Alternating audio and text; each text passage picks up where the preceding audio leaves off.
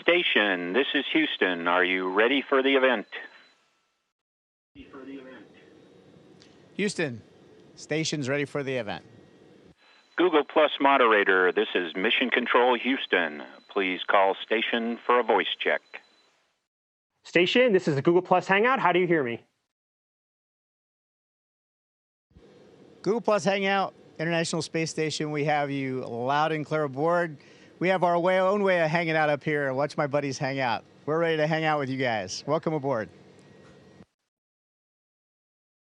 Awesome. We have a lot of questions for you guys today, so let's start with our first one from YouTube. I'm Kristen Lau. I'm Maria Ravi. And we're from Union High School in Iowa.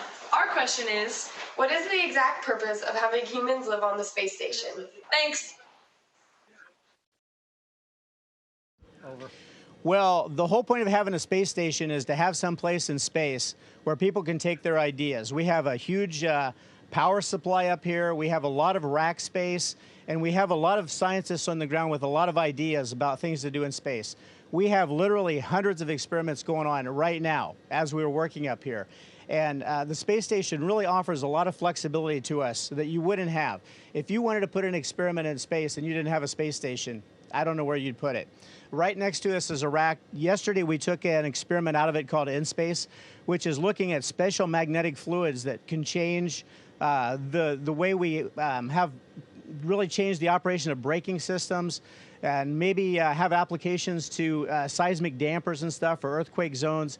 Many good offsets from that particular experiment. And we finished it out yesterday, and we're going to put in a new experiment next week that's coming up on Dragon. And it'll look at a completely different kind of thing. It'll look at the way metals form in zero gravity, and it's very important for us to look at the way the crystals form because it can make things very much stronger. And so these are things that can only be done in zero gravity, and we have no lack of ideas of things to do up here, and we're here to facilitate it. Thanks. We're going to take our next question from YouTube. It's Simon Drubel, who asks, do you sometimes see falling stars in the atmosphere from the space station, or is it frequent, or do you see stuff like satellites in orbit? Thank you, from Belgium. As a matter of fact, shooting stars we do see, there's one big difference. They're below us instead of above us. So when we're looking down at the Earth, we can see a little shooting star. Usually you don't see much movement other than the Earth slowly going by you. And so when it really catches your eye when you see a shooting star, there's a lot of movement there in the atmosphere. It's very beautiful. We don't see other satellites typically because we're all going very fast, 17,500 miles an hour. And if one's in an orbit near ours, in a slightly different orbital plane, we pass by each other very quickly. I've heard some astronauts have seen some go by, but it's a very rare event. Great question. All right. Thank you. Why don't we take the next question on YouTube? I'm Destin from Huntsville, Alabama. This is Sadie and Spotsy. On the International Space Station, if you're free-falling in one position without touching anything with no spin, is it possible to wiggle in such a way that you're able to rotate to a different angular position and then stop? On Smarter Every Day, we demonstrated this with a high-speed camera and a cat, who is a non-holonomic system and can do this by extending his legs, arching his back, and twisting in a very specific pattern. So can humans do this on orbit? You want to say hey to the astronauts? Hey. Thank you. We look up to you guys. Okay, well, that's a great question. We don't have any cats on board, but we have a medical doctor who maybe can try to demonstrate the next best thing to a cat. So he's going to try to demonstrate for you. Yes, indeed, you can do this. So he's going to get out here and stop himself in open space, and he's going to show you how he can turn himself around. So he can't change his angular momentum, but he can change his body position and move himself to an orientation. So I hope you believe that what you saw happen with the cat isn't a mystery and that it can happen in space too. Great question. Thanks. Here's a kind of timely question from Facebook. Ian Becken asks, what was the first emotional reaction of the crew when they realized a few days ago that the S-band comm was lost and they weren't able to talk to the ground anymore just over Russian ground sites? Are there any procedures to keep calm in those situations, or does training experience kick into action? We trained individually as astronauts for many, many years, and we've trained together as a crew for several years as well. So really, we're ready for all sorts of things to happen. What happened just a couple of days ago was really not that big a deal. We lost communications with the ground, but the space station is a robust, tough spaceship, and it kept just going around the world and all of its systems running just fine. We worked together as a crew, following the procedures like we trained to do. It was actually pretty nice. I was sitting there typing on the main interface. Tom was running the procedures with me, and Kevin, as the commander, was staying back, watching how the whole thing was flowing and making sure that we were headed down the right path. The people on the ground were scrambling and working hard, and it wasn't until we came around the world and up and over top of Russia, where we can talk directly from an antenna on the ground to our antennas on board, that then we could compare notes, see where we were, and eventually we got everything together, and after just a couple orbits, we got the computers talking to the antennas properly so we could talk to the ground. So it wasn't any sort of panic or anything. It was just us dealing with a problem on the ground and our crew dealing with a problem on board, working like we've been trained, working together as a team with a successful result. It was things that happen in space. Thank you. Why don't we take our next question on YouTube? Hi, my name's Neil Bramson. I'm a teacher at New South Wales, Australia. My students have been following the Expedition 34 crew progress on Twitter, Facebook and Google Plus now. And my question relates to social media. How do you feel as astronauts now that your communication methods have changed through the use of the likes of Twitter and Facebook, and the impact that you now have on the global public in terms of space and space education? Secondly, how do you feel as social media stars? Thanks very much.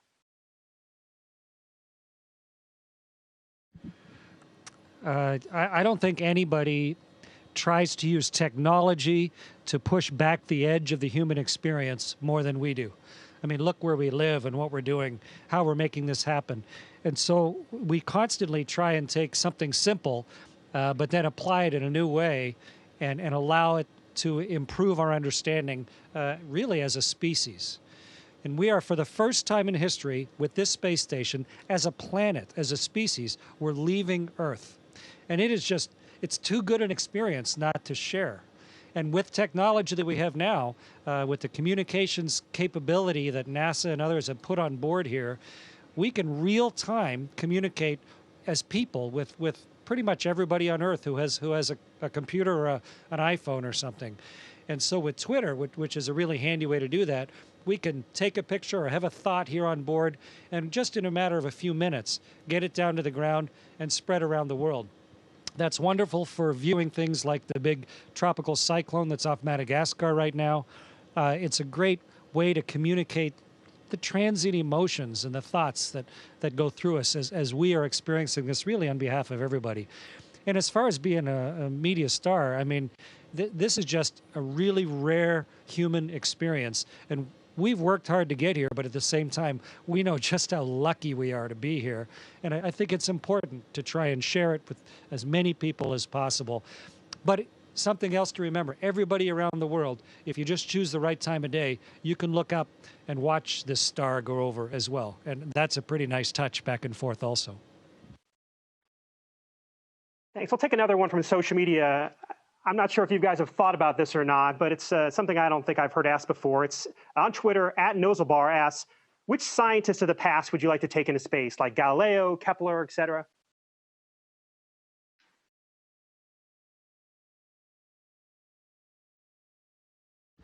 Boy, for me, it just popped right into my head, Isaac Newton, because we see what he could only imagine. We see it every day in everything we do. Large objects that we can move with a push of a finger, although it takes a little bit of time to get them going. Small objects that bounce around very quickly. The angular momentum demonstration you just saw. All of these things, it's really hard to believe that he was able to imagine these things. And I would love for him to be able to see it. Great. Why don't we take another question on YouTube? Hi, my name is Jennifer Gates, and I'm a high school science teacher in the Midwest of the United States, mostly teaching chemistry and physics. And my question for you is, what's the most important thing that they should be learning and focusing on understanding at this time in terms of perhaps working in science later? Or what do you feel like the most important thing was that you took from your high school science courses to help you get where you are today? Thank you. Well, that's a great question. I wish I could have taken everything in high school twice, actually, because there's so much information there for students at that time, and I know that's a really tough time in their lives and everything.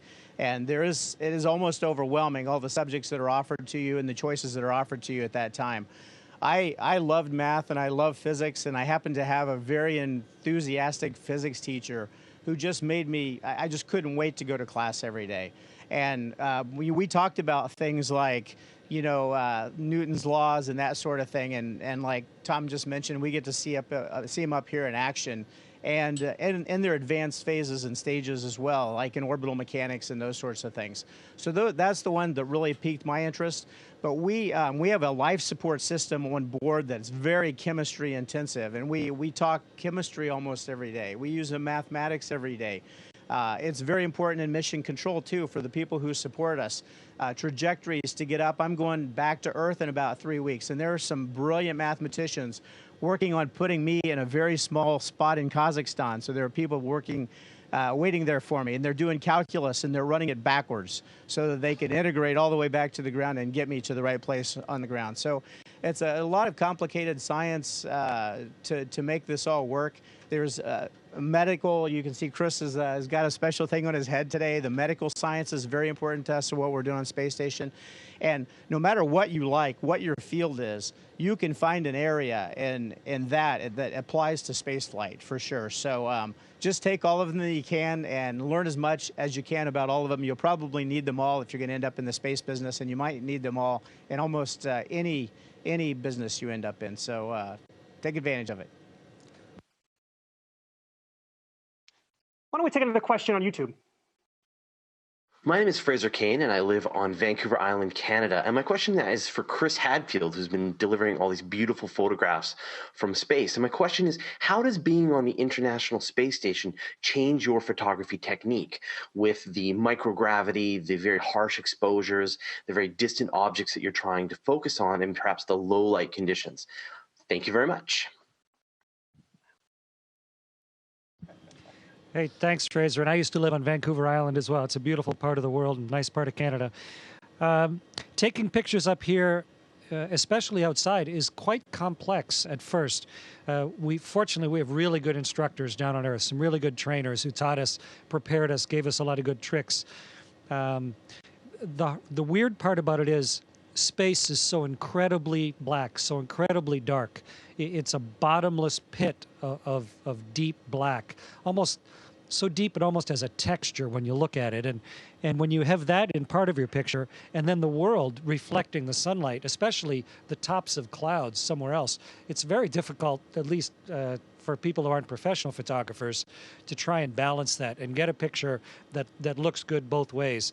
And the advantage of being in space, though, of course, we have cameras with fairly typical lenses on them, but we can get right out to 400 or 800 millimeter lenses, and they're weightless.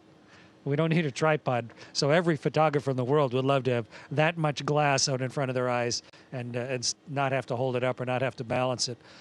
The best part is, even though we're not photographers by trade, of course, we have some really good professional photographers who train us, and we have a vantage point up here, a perspective that is absolutely unparalleled. So we do our best to take pictures of it. Thanks. Yeah, I'm not sure there's a bad shot of Earth from Space Station. The next question from social media is on Google+. It's from Hippiness Wins. And the question is, astronaut Marshburn, Ford, and Hadfield, good morning. And what is that on Chris Hadfield's forehead?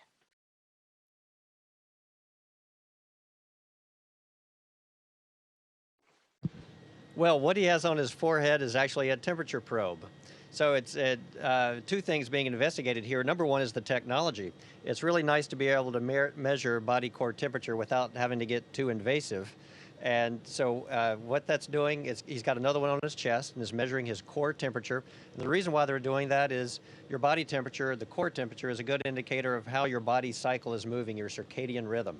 We don't have sunrises and sunsets coming through the window like you do on Earth. We have 16 a day, actually, so it can really mess up your circadian rhythm.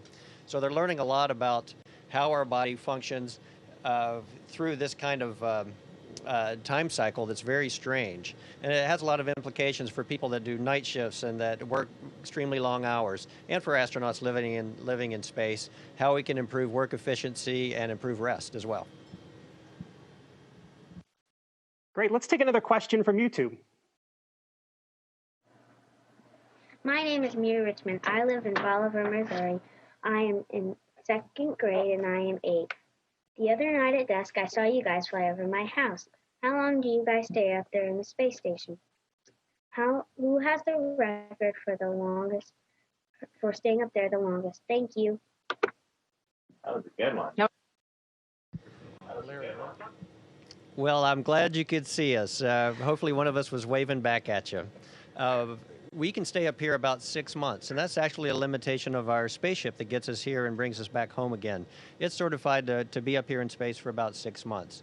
Humans can stay up longer. The longest is Dr. Polyakov. He's a cosmonaut, and he lived on the Mir space station for 14 months, actually.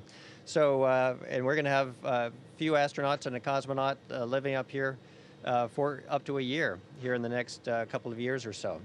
So right now, as far as we can tell, there's no limit how long humans can stay up here, as long as we have the machines here to keep our bones and our muscles strong and have enough food and water and such, and a lot of great work to do, such as we're doing here right now. And of course, the view of the Earth helps us stay up here a lot as well.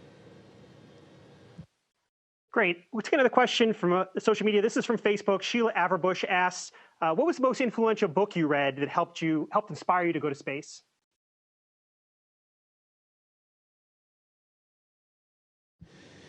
Well, I actually was inspired to pursue becoming an astronaut because of a book I read when I was about 13 or 14 years old by an astronaut named Michael Collins, who was part of the Apollo 11 crew. Me too. And it was called Carrying the Fire. And it was a fantastic account of his early life as a pilot and test pilot. And I just really fell in love with that profession because of that book. And of course, what he did was one of the most magical things that's happened in the course of human history, as far as I'm concerned, with the trip he took to the moon with Neil Armstrong and Buzz Aldrin. So that's what inspired me, that particular book. After that, I read lots and lots more that just inspired me further, but that was really the one that set it all off. Great answer. Why don't we take another question from YouTube? We have a couple more minutes before this portion of the event concludes. Hello, astronauts of the International Space Station. My name is Carolina Morales, and I'm a student of the Neil Armstrong Institute in Monterrey, Mexico. On behalf of my classmates, we would like to ask you the following question. How are you prepared to face medical emergencies in the space station? How do you treat regular sickness, and what do you do in case you need surgical attention? Thank you very much.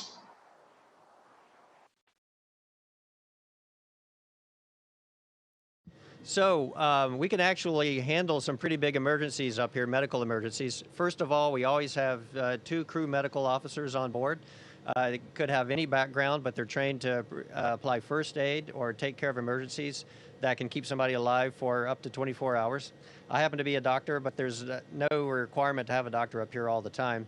But right under our feet here are some medical kits, and they are packed full of everything you need, from, say, an aspirin to an IV if you got really sick. The big answer, though, is if we ran into a big problem, and that's a defibrillator. We hope we never have to actually use that, but we know how to use it. That's the emergency kit, the big red kit.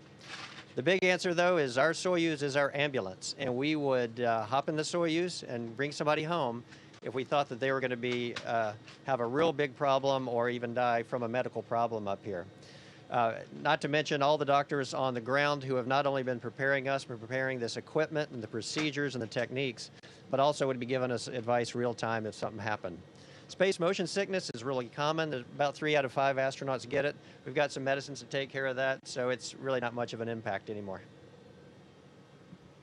Thank you. That concludes our portion. We really appreciate you guys from joining us on International Space Station. Please stay with us for more questions from astronauts here on the ground.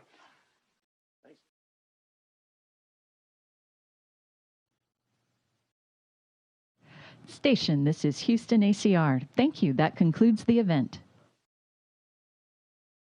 Thank you, Google Plus Hangout participants and NASA social media guests. Station, we are now resuming operational audio communications.